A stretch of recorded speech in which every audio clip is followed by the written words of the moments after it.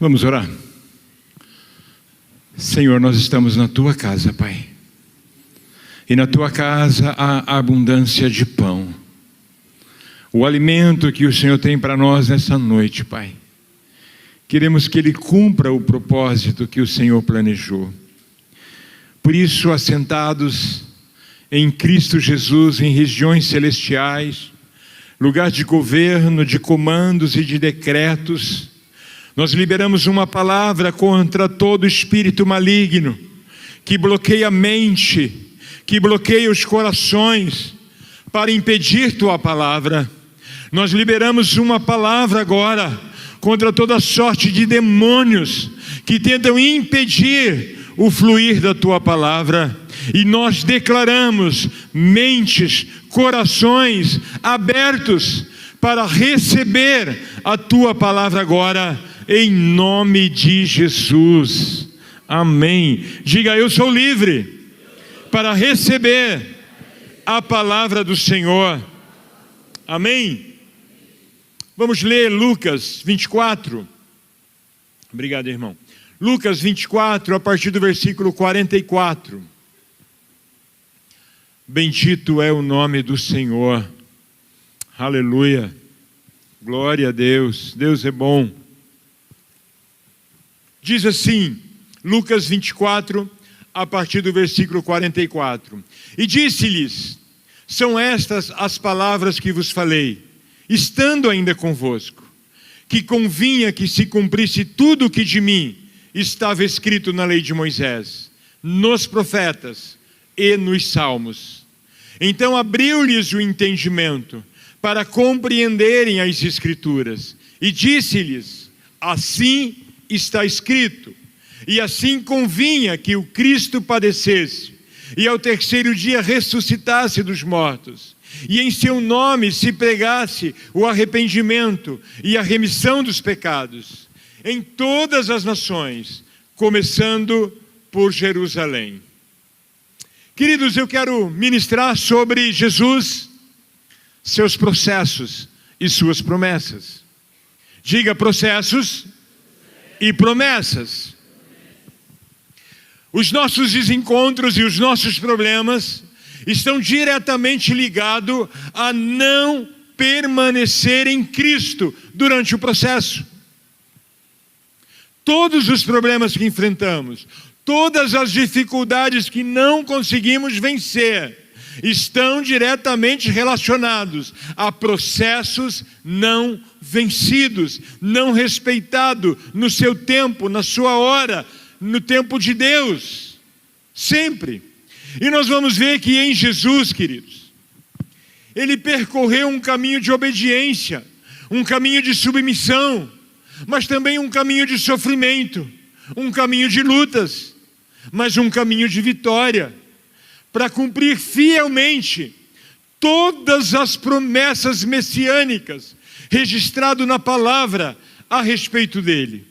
Tudo que o Deus soberano revelou para a redenção da humanidade, que tinha a ver com Jesus cumprir processos, Ele cumpriu. Nós vamos ver que de Gênesis a Malaquias, a Bíblia anuncia um Messias. Cada profecia, cada sombra do Velho Testamento, cada promessa relacionada a Jesus, queridos, teve os seus cumprimentos. Nada instantâneo, nada, absolutamente nada instantâneo, nada isento de dor, nada isento de prazos, de tempos, nada, queridos. Houve processos divinos, etapas que o Filho de Deus precisou trilhar.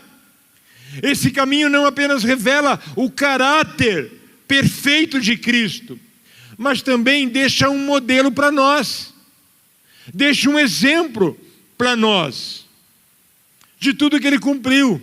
Então eu e você enfrentamos na vida processos que precisam ser cumpridos.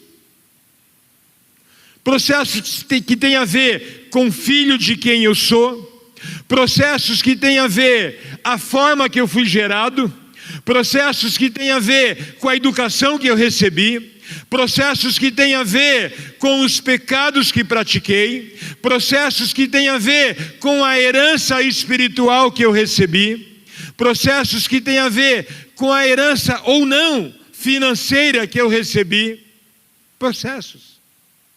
processos que têm a ver com o perfil biológico, fisiológico que eu recebi, processos.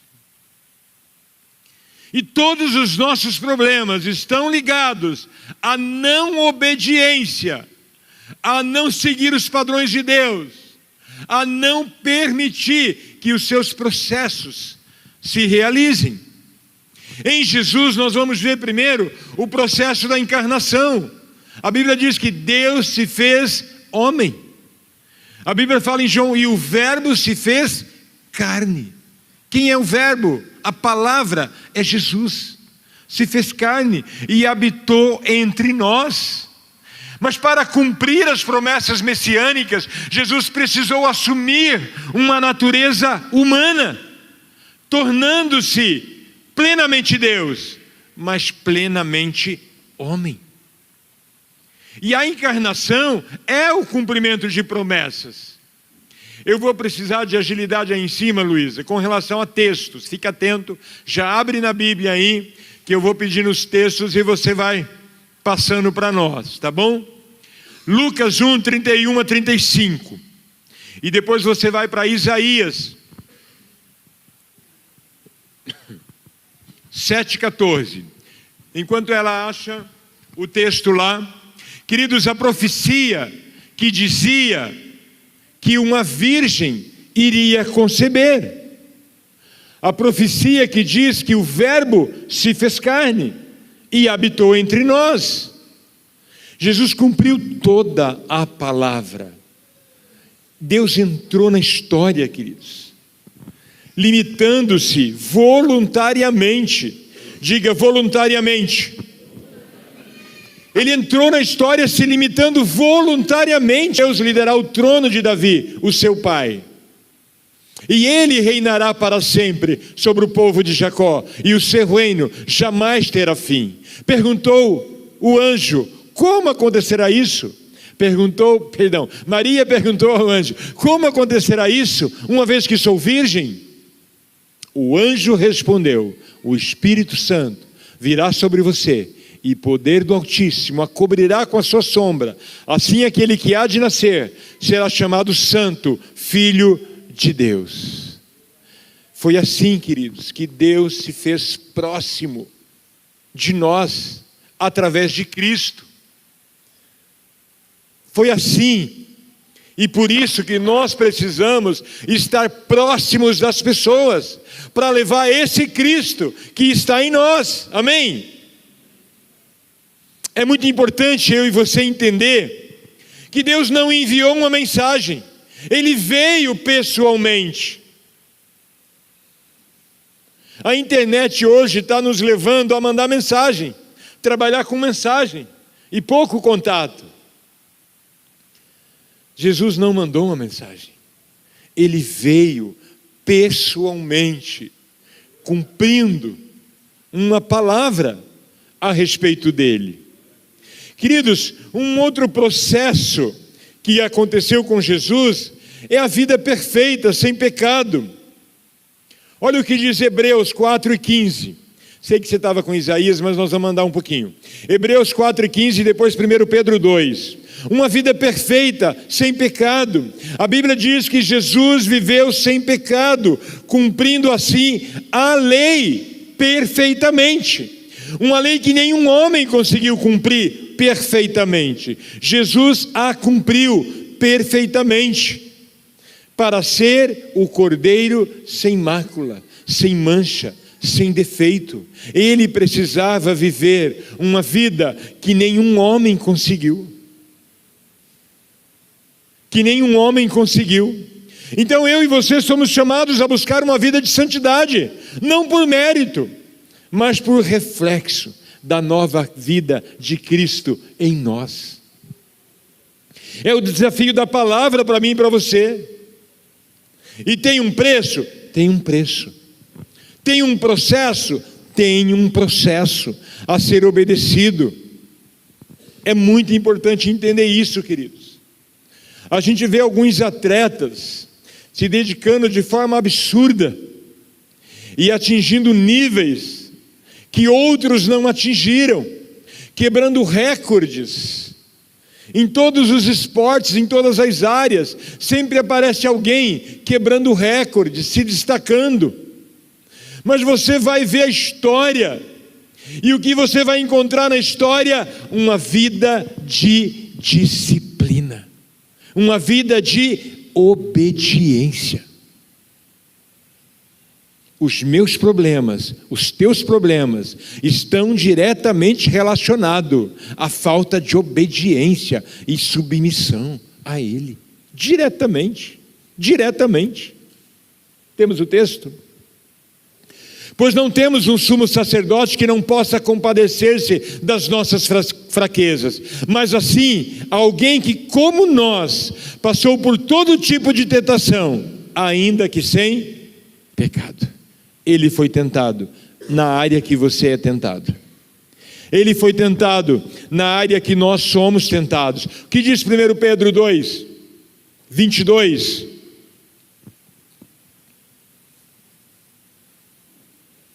Ele não cometeu pecado algum, e nenhum engano foi encontrado na sua boca.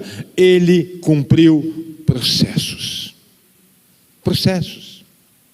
que eu e você precisamos cumprir. Como eu disse, atletas se jogam. Eu fico impressionado quando eu vejo um jogador cobrando pênalti mal. Para mim, todo pênalti tinha que ser um gol, porque é um absurdo. E jogadores profissionais conseguem errar o gol, conseguem enrolar a bola para o goleiro. Eu acho que é para dar algum dinheiro aí nessas competições, não é possível. Mas nós vemos alguns que se dedicaram tanto a cobrar falta, a cobrar pênalti, que atingiu índices que outros não conseguiram. O que isso mostra para mim e para você? Que se eu e você decidir obedecer a palavra, decidir obedecer ao Senhor e decidir por uma vida de disciplina e obediência em linha com o céu, nossa história muda. Não tem outra saída a não ser mudar. E a santidade que Cristo conquistou precisa ser para mim e para você uma esperança de que é possível. Se Ele era totalmente humano, totalmente homem, e venceu, foi exatamente para permitir que Ele, habitando em mim, habitando em você, possamos vencer também. Entende isso? Não é vencer sem Ele, não é vencer sem a ajuda do céu, não é vencer sem o poder sobrenatural. Só é possível vencer Ele estando em mim e eu permitindo que Ele me dirija através do Espírito Santo. Essa é a saída, queridos. Esse é o segredo de uma vida sem pecado. E diferente de Jesus, que era perfeitamente Deus, eu e você erramos. Mas aonde está o segredo? Decidir não ficar caído, decidir se posicionar diariamente em Deus, e se preciso for todas as manhãs, todas as tardes e todas as noites, porque ficar caído é uma escolha, assim como cair é uma escolha, mas se levantar também é uma escolha. E quem se purifica no sangue do Cordeiro, todas as vezes que cai, vai se manter limpo, independente das quedas. Você entende isso? Diga comigo: a santidade de Cristo tornou a minha esperança de uma vida santa. Mas a Bíblia fala também, queridos, do testemunho do reino. O que diz Mateus 4,17? Vê lá para nós. A Bíblia diz que Jesus pregou as boas novas, que Ele curou, que Ele libertou, que Ele anunciou o reino. O reino não era apenas futuro, era uma realidade presente na pessoa de Jesus Cristo. A partir desse dia, Jesus começou a pregar: arrependam-se, pois o reino dos céus está próximo. Arrependam-se. Eu e você precisamos ser proclamadores, demonstradores do reino aqui, agora. Viver o reino. Muitos de nós não podemos ministrar o reino porque estamos vivendo uma vida de fracasso, uma vida de derrota, uma vida de mentira, uma vida de pecado campeando, reinando dia e noite. Uma vida que envergonha o Evangelho, uma vida que envergonha falar da presença de Cristo. Como posso proclamar? Como posso demonstrar o reino? Com tantas misérias, com tanto fracasso. Mas eu e você somos chamados para ser luz na escuridão. Chamados para mudar o ambiente. Por quê? Porque você pode mudar algum ambiente? Eu posso? Não. A presença de Jesus pode. Ele pode transformar tudo por onde ele passa. Ele tem o poder de fazer isso. Aonde Cristo está, o reino acontece. Acontece. Pode crer nisso, queridos. Nós estamos falando que a encarnação de Jesus cumpriu promessas. Cumpriu promessas lindas. Porque ele decidiu por uma vida sem pecado. Ele decidiu por uma vida de obediência a Deus. Por isso ele estava sempre buscando orar e ter comunhão com o Pai. Ele decidiu por uma vida de implantar o reino, enquanto esteve aqui, já começar a manifestar o reino. E eu e você somos chamados para manifestar o reino, aonde estiver. Mas Jesus cumpriu processos que implicou em dor e implicou na cruz. Ele precisava ser o Cordeiro perfeito, sem mácula, sem mancha, sem defeito. Ele foi o Cordeiro imolado. E o caminho para cumprir promessas messiânicas passava necessariamente pelo sofrimento e pela morte de cruz. É o que eu e você tentamos evitar. Lançando mão da hipergraça, lançando mão de tudo posso naquele que me fortalece, lançando mão que ele vai fazer infinitamente mais do que eu preciso, do que eu quero. E como nós temos facilidade para interromper os processos. Quando o capeta usou Pedro para falar: não, Jesus, isso não vai acontecer com você. Jesus falou: para trás de mim, Satanás. Por quê? Ele conhecia os processos. Ele sabia para que veio. Ele sabia pelo que ele tinha que passar. Por que eu e você aceitamos a sugestão do maligno? Quando ele fala: não, Satiro, você não precisa disso, imagina. Jesus é todo amor, Jesus é todo graça. E nós gostamos de ouvir que eu não preciso passar por isso, que eu não preciso passar por aquilo, que eu não preciso passar por aquele outro. Como gostamos de ouvir isso, queridos. Mas Jesus enfrentou a agonia no Getsêmani. Lucas 22, 41. Jesus enfrentou a angústia de saber o que estava por vir. A humanidade de Jesus ali se revela quando ele clama. Mas a santidade e a soberania de Deus se revela quando ele decide obedecer. Olha o que diz: então afastou-se deles a uma pequena distância, ajoelhou-se e começou a orar. Continua: Pai, se queres, afasta de mim este cálice, contudo, não seja feita a minha vontade, mas a tua. Continua: Apareceu-lhe então um anjo do céu que o fortalecia. Continua. Estando angustiado, ele orou ainda mais intensamente, e o seu suor era como gotas de sangue que caíam no chão. Mais um. Quando se levantou da oração e voltou aos seus discípulos, encontrou-os dormindo, dominados pela tristeza. Isso fala muito para nós. Dormir espiritualmente, ser dominados pela tristeza. Quantas vezes deixamos isso acontecer? Quantas vezes, queridos, deixamos isso acontecer? Mas nesse texto revela a humanidade de Jesus dizendo: Pai, se possível, passa de mim este cálice. A minha humanidade sente a dor, sente a angústia do momento. Mas ele diz: todavia, seja feita a tua vontade.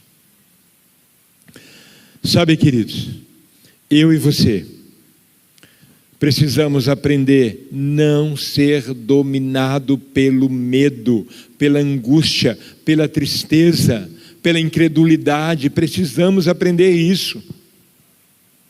Nós achamos que não ia chover na quinta retrasada, e aí não arrumamos a calha ali. Quer dizer, foi mais culpa do Adélcio do que meu. Não, brincadeira, Adélcio.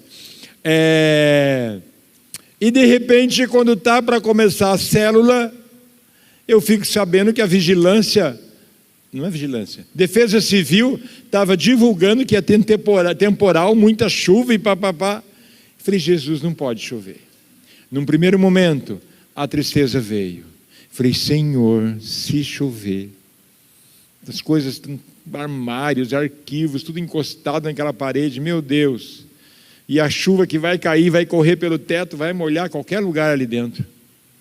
Falei: não, mas nós tínhamos certeza que não ia chover, culpa do Rômulo. O Rômulo falou que ia chover só na quarta-feira seguinte, né? Aí o Felipe ainda confirmou, é só a quarta-feira que vai ter chuva.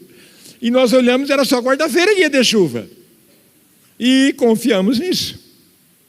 E de repente aquela previsão, e o frio chega, e o vento chega, e a tristeza se instalou. E a Ruth sabe quando eu estou triste.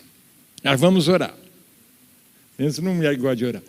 Aí nós estávamos indo para a célula. Não, nós vamos orar. E oramos, declarando que aqui não ia chover. Senhor, ainda que chova em Rolândia em algum lugar, mas na vila não vai chover. E oramos. E quando chegamos lá na célula, alguém falou que estava precisando de chuva. Eu falei: misericórdia, está amarrado, ninguém precisa de chuva aqui não. Que isso, Jesus? E pedi, mandei no grupo, nas células: gente, ora para não chover hoje, não pode chover, nós temos que arrumar aquilo antes.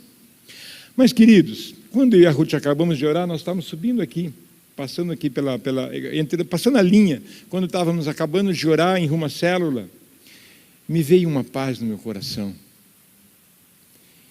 E o Senhor me falou algo que até orei sobre isso na célula. Pedi perdão ao Senhor. Falei: quantas vezes a gente confia nas informações sem falar com Ele? Porque a última palavra é dele, amém? E nós tínhamos uma previsão: não vai ter chuva essa semana. Eu gosto dessas previsões. Mas aí lá na célula, quem estava na célula pode lembrar que eu orei, falei: Senhor, nos perdoa, porque confiamos numa previsão humana e deixamos de falar com o Senhor. Por favor, queridos, choveu naquela noite em Londrina, choveu em Arapongas, choveu aqui na região toda. Aqui não choveu. Sabe quando nós fraquejamos? Quando o medo toma conta, quando a angústia toma conta, quando a tristeza nos apavora. Aqueles discípulos não entendiam o propósito da vida de Jesus, não entenderam, então deixaram a tristeza tomar conta, a ponto de ir dormir, a ponto de ficar angustiados, entristecidos. Mas quando eu decido confiar no Senhor e clamar pela interferência do céu, Ele vem ao meu socorro e tudo muda. Tudo muda. Quando eu creio nele e Ele vem ao nosso socorro, tudo muda. Então, nos momentos de dor, eu e você precisamos nos render à vontade de Deus e entender, Deus, o porquê disso. Me ensina, aonde o Senhor quer me levar com isso? Não quero interromper o processo, não quero impedir o processo, eu quero confiar no seu plano. tão somente eu preciso conhecer seu plano. Queridos, isso faz toda a diferença. Faz toda a diferença. Quando eu tenho uma palavra de Deus, eu sei que é de Deus, e eu decido obedecer o plano dele. Faz toda a diferença. Nós deixamos uma igreja em Cornélio para ir para Curitiba, sabendo dos riscos, e tivemos perdas, financeiramente falando, absurdas, mas nós tínhamos um rema de Deus, que era para ir, e enfrentamos o processo. Lá no processo, chutei o pau da barraca. Pensa num cara que enfiou o pé na jaca, e não é qualquer jaca não, é uma jaca que dava até na cintura, e saí do plano de Deus, e sabia que estava fora, mas eu tinha também uma certeza: o Senhor vai cuidar de mim e da minha família onde quer que for, até que a gente volta para o plano. E eu pude com autoridade dizer para o presidente: se vocês pararem para ouvir o céu, vocês vão ter que chamar de volta, porque meu plano dentro da denominação não acabou. Isso é certeza.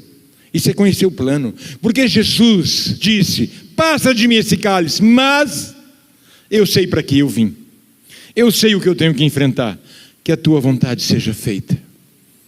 E eu falei para eles: vocês vão ter que me chamar de volta, porque Deus me falou que o meu tempo na denominação não acabou.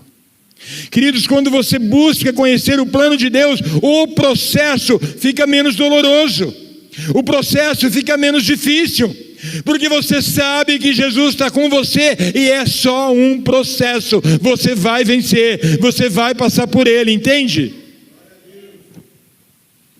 É como um soldado que sabe o que tem que ir na batalha e sabe o que espera lá, mas ele vai confiante, vai crendo, vai decidido, dá o seu melhor.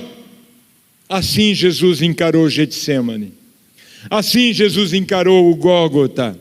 E é assim que eu e você precisamos encarar os processos. Jesus venceu a cruz antes de chegar nela. Jesus venceu a cruz antes de ser pregado nela. Eu e você precisamos entender, quando entrar no processo, já saber no que isso vai dar. Aí isso é vencer antes. Vai ser dolorido? Vai, somos humanos. Vai doer, vai ser triste? Vai ser agonizante? Vai. Mas nós vamos passar pelo processo e vamos vencer em nome de Jesus. Queridos, pensa num julgamento injusto. Você já foi injustiçado? Sua esposa já foi injusta com você? Seu esposo já foi injusto com você? Seus filhos já foram injustos com você? Seus pais já foram injustos com você? Não vale chacoalhar a cabeça enquanto eu estou pregando, porque senão vocês denunciam uns aos outros. Já houve injustiça? Jesus sofreu um julgamento injusto, absurdamente injusto. Mateus, Luísa, comigo, Mateus 26, 59. Ele foi acusado injustamente, falsas acusações, passou por zombaria, humilhação, que fazia parte do processo. Mas a Bíblia diz que ele foi levado como ovelha muda para o matadouro. Por quê? Também cumprindo profecias, cumprindo promessas, profecias. Queridos, quando nós somos injustiçados por causa da nossa fé, devemos lembrar que nós estamos seguindo os passos de Jesus. Ele passou por isso. O que diz? Os chefes dos sacerdotes e todo o sinédrio procuravam um depoimento falso contra Jesus, para que pudessem condená-lo à morte. Continua. No entanto, não encontraram nenhum, embora tenham se apresentado muitas falsas testemunhas. Finalmente, apresentaram-se duas, que declararam: este homem disse, sou capaz de destruir o templo de Deus e reconstruir em 3 dias. Continua. Então o sumo sacerdote levantou-se e perguntou a Jesus: você não vai responder à acusação que estes fazem contra você? Jesus, porém, permaneceu em silêncio. O sumo sacerdote lhe disse: exijo que jure pelo Deus vivo, diga-nos se você é o Cristo, o Filho de Deus. Continua. Tu mesmo disseste, respondeu Jesus, mas eu digo a todos vocês, chegará o dia em que verão o Filho do Homem assentado à direita do Poderoso e vindo sobre as nuvens do céu. Quando somos injustiçados por causa da nossa fé, devemos lembrar, queridos, que nós estamos seguindo os passos de Jesus. Sabe qual é o problema? Que nem tudo que fala de nós é injusto. Nós devemos parte do que nos acusa. Nós devemos parte do que falam contra nós. O dedo acusador contra nós encontra em nós situações que dão margem. Eles aumentam. Eles inventam. Mas tem base. Por quê? Porque a santidade que Jesus pede de nós fraquejamos e falhamos em viver uma vida santa que glorifica os céus. Jesus foi um inocente, condenado injustamente em um tribunal. Injustamente. Olha o que acontece com o pessoal do 8 de janeiro. Que coisa mais absurda. Acabaram de liberar bandidos. Imagina, o tesoureiro do PT, réu confesso, delatou todo mundo, está recebendo de volta 17 milhões, que o STF julgou procedente devolver, porque se devolveu dos todos os outros, né? Devolvendo. E alguém que tão somente quer um benefício não consegue. Quer resolver a aposentadoria, já tem anos de trabalho, eles encontram motivos para ir adiando. Injusto. O que eu e você temos que fazer? Chutar o pau da barraca? Enfiar o pé na jaca? Não. Confiar naquele que pode todas as coisas. Ele pode interferir.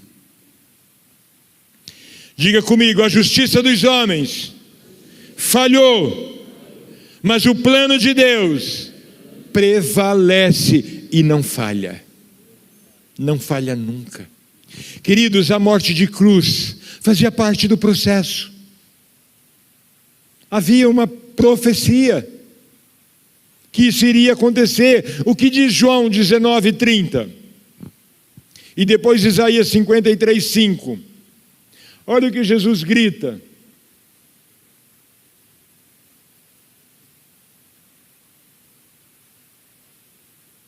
Tendo-o provado, Jesus disse: está consumado. Com isso curvou a cabeça e entregou o Espírito. Está realizado, está completado o que vi para fazer. Na cruz, Jesus satisfaz a justiça de Deus e abre caminho para a nossa redenção, queridos. A cruz nos chama a morrer para nós mesmos e viver para Deus. É um convite, é uma ponte entre o abismo, ou uma ponte sobre o abismo. A cruz de Jesus é essa ligação do homem com Deus. A cruz é onde o amor venceu. A cruz é o lugar onde o pecado morreu. Ele não pode ter domínio sobre mim, sobre você. Não pode. O pecado não tem esse poder. Não tem. Sabe quando o pecado prevalece, mesmo sem ter o poder? Quando eu acredito nas mentiras do diabo e aceito as acusações, as mentiras dele. Porque em Jesus o pecado morreu. Perdeu força. A força que ele tem sobre nós é uma força mentirosa, porque o inimigo nos engana. A morte de Jesus na cruz fazia parte do processo. A sua dor faz parte do processo. A sua tristeza faz parte do processo. Somos humanos, somos carnais, estamos sujeitos. Mas como vencer? Como mudar isso?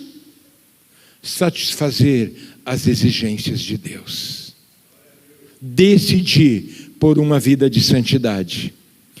Queridos, e por último, o processo da ressurreição e da missão.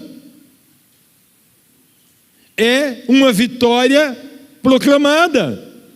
Porque Jesus cumpriu, queridos, os processos que terminou na cruz, mas culminou com a ressurreição e o envio da igreja, que começou pelo envio dos discípulos.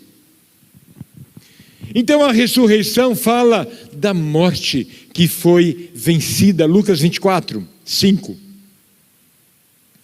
A Bíblia diz que ao terceiro dia, Jesus venceu a morte, exatamente como ele falou e como havia profecias sobre isso. A ressurreição, ela é garantida, queridos, que tudo que Jesus prometeu é verdadeiro.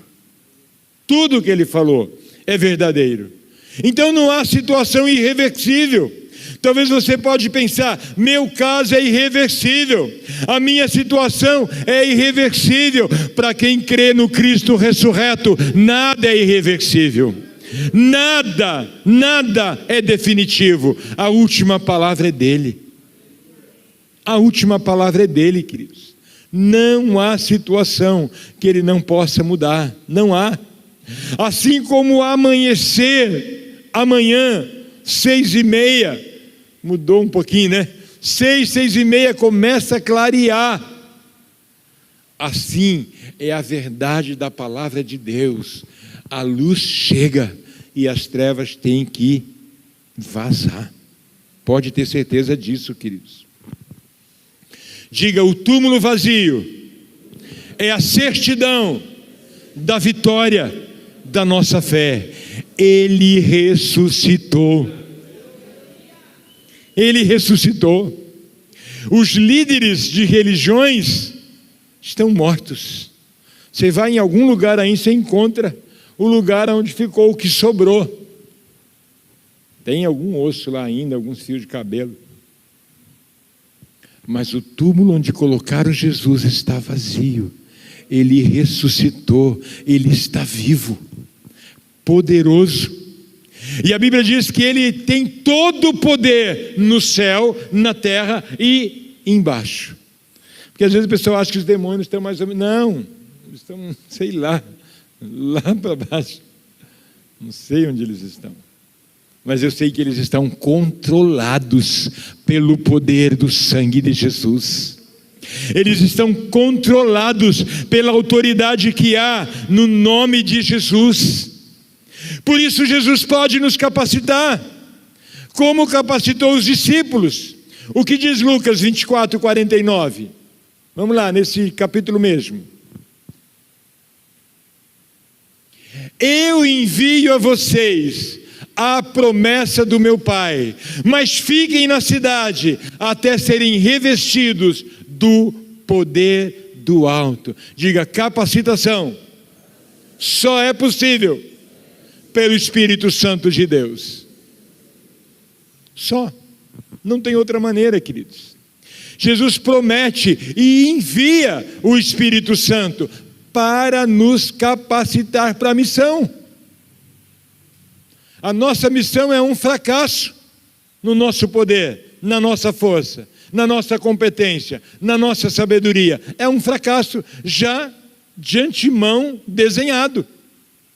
Mas quando eu paro para ouvir o Espírito Santo, quando eu paro para seguir ordem e direção do Espírito Santo, tudo muda. E não é no ministério, não é nas coisas espirituais. Diga, tudo é tudo. Vamos falar mais alto e mais bonito? Tudo é tudo. É no casamento, é no trabalho, é nas minhas escolhas diárias, é em cada passo. Devo abrir uma empresa? Devo. É agora? Eu preciso saber dele. Não é do Sebrae. Sebrae ajuda em muito. A capacitação que ele oferece é incrível.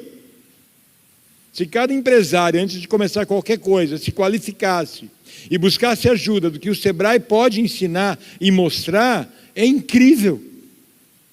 Mas a última palavra precisa vir dele, nos detalhes, nas coisas pequenas. Diga: nenhuma missão é impossível com o poder de Deus. Nenhuma missão é impossível. Por outro lado, também é verdade: nenhuma missão é possível sem o poder de Deus. Nenhuma. Seja profissional, ministerial, relacional, conjugal. Toda missão sem o poder do alto, ela corre riscos, e riscos enormes. Por isso eu e você precisamos buscar diariamente a ajuda do Espírito Santo, a capacitação do Espírito Santo. Queridos, eu e você sem o Espírito Santo é como um carro sem combustível. Pode ser o melhor do mundo. Se ele não tiver com a bateria carregada, se é elétrico, se ele não tiver o combustível, se é água, álcool, gasolina ou diesel, pode ser o mais lindo. Esses dias um filho processou o pai porque deu um carro básico. Vocês viram isso? Processou o pai. Porque o pai comprou um carro básico para ele, um carro elétrico, mais básico. Ele processou. Porque o pai tinha condições de dar para ele, e ele nem exigiu. Podia ser um Lamborghini, podia ser uma Ferrari, podia ser um Porsche, ele deu opções. Ele nem exigiu muito. Processando. A princípio eu achei que era brincadeira. Não, não é. O cara processou. Olha que louco. Mas nenhum carro sem o combustível ele anda. Assim é eu e você, sem o Espírito Santo. É um carro que, se está movendo, é porque está na banguela. Porque na banguela vai sem combustível. Mas na direção dele, tu sobe montanha, cara, e voa igual aquela caminhonete naquela areia lá do Ceará. Voou 80 metros. Diga: meu chamado vem do alto, e o poder também. Se é ele que chamou, só ele pode liberar poder para a realização do chamado. Cuidado, se não depender dele, Jesus, a hora foi embora. Último texto, Lucas 24, 47. Vamos continuar aí.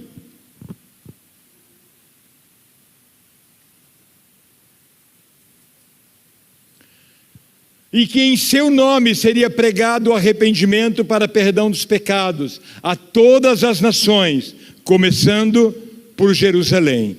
O evangelho precisa ser pregado a todas as nações. Existe um processo. Quem sustenta, quem ora, quem envia, quem vai, processos. Processos. Porque o processo não termina na ressurreição de Jesus. Termina na volta dele, estabelecendo a eternidade junto dele. Amém? Por isso, cada um de nós somos um missionário. Lembra quando a gente fala daquela porta para fora? Eu e você precisamos compartilhar a palavra, convidando para o culto, convidando para a célula, convidando para os eventos, convidando para fazer o curso Casados para Sempre. Estamos terminando uma turma agora. Nós vamos fazer amanhã nossa festa particular. E aí nós convidamos todo mundo para participar da festa geral, que vai ser em junho. Já quero lembrar, quem já fez o curso uma vez e gostaria de fazer como líder em treinamento, me fala.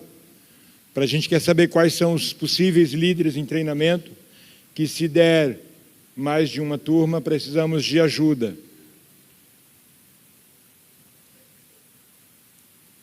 Diga: o Cristo ressuscitou. E o mundo precisa saber. Diga: minha família precisa saber. Meus amigos precisam saber. Meus colegas de trabalho precisam saber. E queridos, existe um processo para isso acontecer. E se não está acontecendo, nós não estamos vivendo o processo. A encarnação, o sofrimento, a cruz, a ressurreição e a sua missão. E isso ensina para mim e para você, queridos, que nós também precisamos cumprir seus planos por meio dos processos. Nem sempre é rápido, nem sempre é fácil, mas sempre é perfeito quando deixamos no controle e na direção dele. Amém? Então, qual é o exemplo de Jesus para nós? Perseverança, confiança no Pai, desejo de cumprir e viver o porquê fomos chamados para viver, desejo de cumprir o que fomos chamados para viver, sabendo que tudo que Ele prometeu, Ele é fiel para cumprir. Amém? Pessoal do louvor, nós vamos cantar um hino antes do coral. Eu quero orar por você. Eu não sei que processos você está passando, que nível de dor você está enfrentando, que nível de angústia você está vivendo, que processo você está passando, que nível de incredulidade você está exposto, que nível de medo você está exposto, que nível de dor, que sofrimento que você não está conseguindo vencer, que dor você não está conseguindo se desvencilhar dela. Eu não sei que processo. Uma coisa eu sei, que você decidir confiar nele e se jogar nele, ele te capacita a vencer o processo, ou ele te tira de um processo em que você não devia estar. Porque muitos processos que nós estamos passando é resultado do nosso pecado, é resultado das nossas escolhas erradas, são resultado das nossas escolhas sem ouvir Deus. Mas independente, diga independente, Ele é poderoso para vir e intervir e mudar as coisas. Independente, Ele sabe que nós íamos falhar, Ele sabe que nós íamos fraquejar, Ele sabe que nós íamos chutar o pé da barraca, Ele sabe, mas Ele sabe também que quando nós decidimos confiar nele, Ele vem e nos capacita a vencer o processo, ou Ele nos tira do processo. Querido, se você olhar para a Bíblia, eu estava estudando sobre isso, que impressionante, que impressionante. Você vai ver os homens de Deus todos vivendo processos. Você olha a vida de Daniel, que impressionante os processos que ele viveu. Você olha a vida de José, queridos, que impressionante. Alguns processos que ele viveu foi resultado da arrogância. Quando ele teve os sonhos, ele começou a se achar o máximo. Aí o pai, para ajudar, ainda faz para ele aquela túnica, que normalmente se dá ao primogênito, deu para ele. Ele começou a se achar, ele era o cara. E acabou enfrentando processos por causa do seu posicionamento. Mas ele decidiu confiar em Deus. Ele decidiu buscar socorro em Deus. E ele venceu todos os processos. E Jesus não está e não é celebrado quando você vence, está ali. Não. Ele é glorificado quando no processo você decide pela santidade. Ele é glorificado quando no processo você decide pela obediência. Ele é glorificado quando no processo você decide não deixar a incredulidade tomar conta, o medo toma conta, a tristeza toma conta. Então no processo Ele é glorificado. No processo a gente vê isso. Os homens não foram livres da fornalha, Deus foi glorificado no processo. Entra com eles na fornalha, apaga o poder do fogo, e eles andam e conversam e troca figurinha na fornalha. Entende isso? Daniel só conseguiu ver leões famintos deitar no colo dele, descansar do lado. Ele estava cansado, fez de um outro um travesseiro, estava lá descansando. Por quê? Porque ele tinha vencido a cova da Babilônia. Ele não se contaminou com os manjares, ele não se contaminou com as propostas, ele não se contaminou quando mudaram o nome dele para ele absorver a cultura.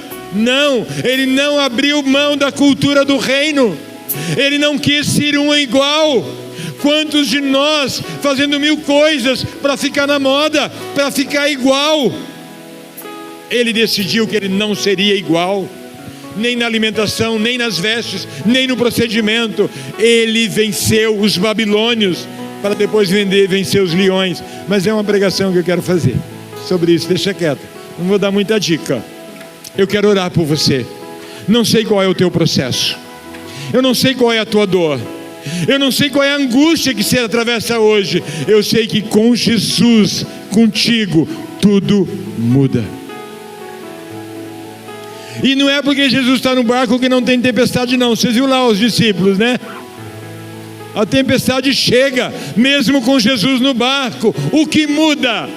Quando eu clamo por Ele. Fala: Jesus, toma a direção desse barco, põe ele no rumo.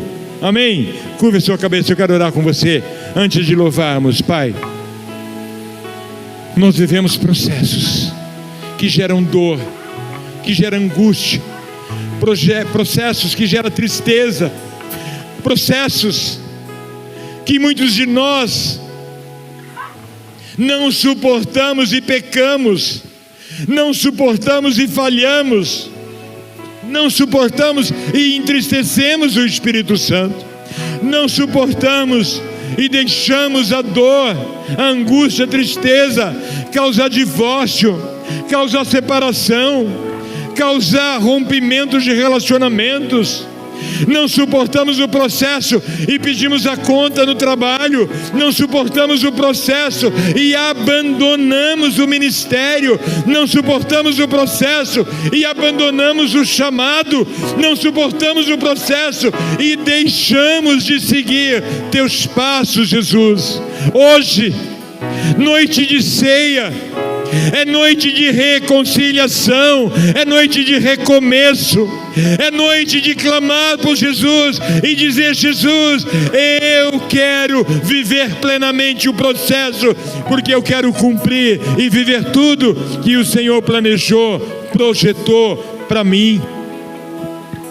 Pai, visita meu irmão, minha irmã agora, que está refletindo sobre seus processos, e ajude-os a se posicionarem em Ti para crescer conforme o Senhor chamou para crescer.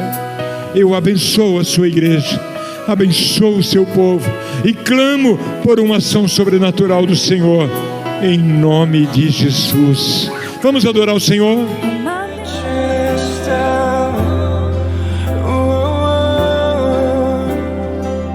E eu vejo chamar Deus presente.